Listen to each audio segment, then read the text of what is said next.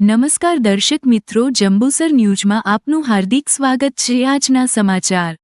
આજ રોજ અમો જંબુસર શહેર અને તાલુકાના આગેવાનો શ્રીઓ તરફથી મરહૂમ યુનુસભાઈ પટેલ અમદાવાદી જેઓનું નિધન થયું છે એ બાબતે અમે સવાબરથી આજે રેફરો હોસ્પિટલ ખાતે ફ્રૂટ વિતરણનો કાર્યક્રમ રાખેલું છે।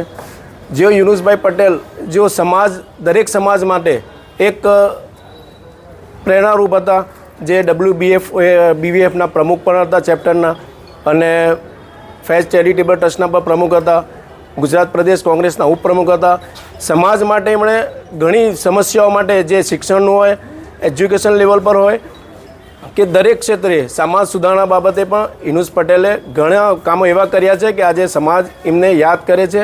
એમની ઘણી ખોટ પડવાની છે સમાજને, એટલે અમે અલ્લાહને દુઆ કરીએ છીએ કે જન્નતુલ ફિરદૌસમાં આલા છે। કોંગ્રેસ પ્રમુખ શરદસિંહ રણા, જંબુસર તાલુકાના કોંગ્રેસના કાર્યકરો તેમજ જંબુસર શહેરના કોંગ્રેસ કાર્યકરો, આજે અમારા વડીલ અને કોંગ્રેસના ભરૂચ જિલ્લાના આગેવાન એવા યુનુસભાઈ પટેલ જેઓનું નિધન થતાં સ્વર્ગસ્થને પૂર્ણ મળે એ માટે અમે આજે ફળ વિતરણનો કાર્યક્રમ રેફરલ હોસ્પિટલ રાખેલો છે।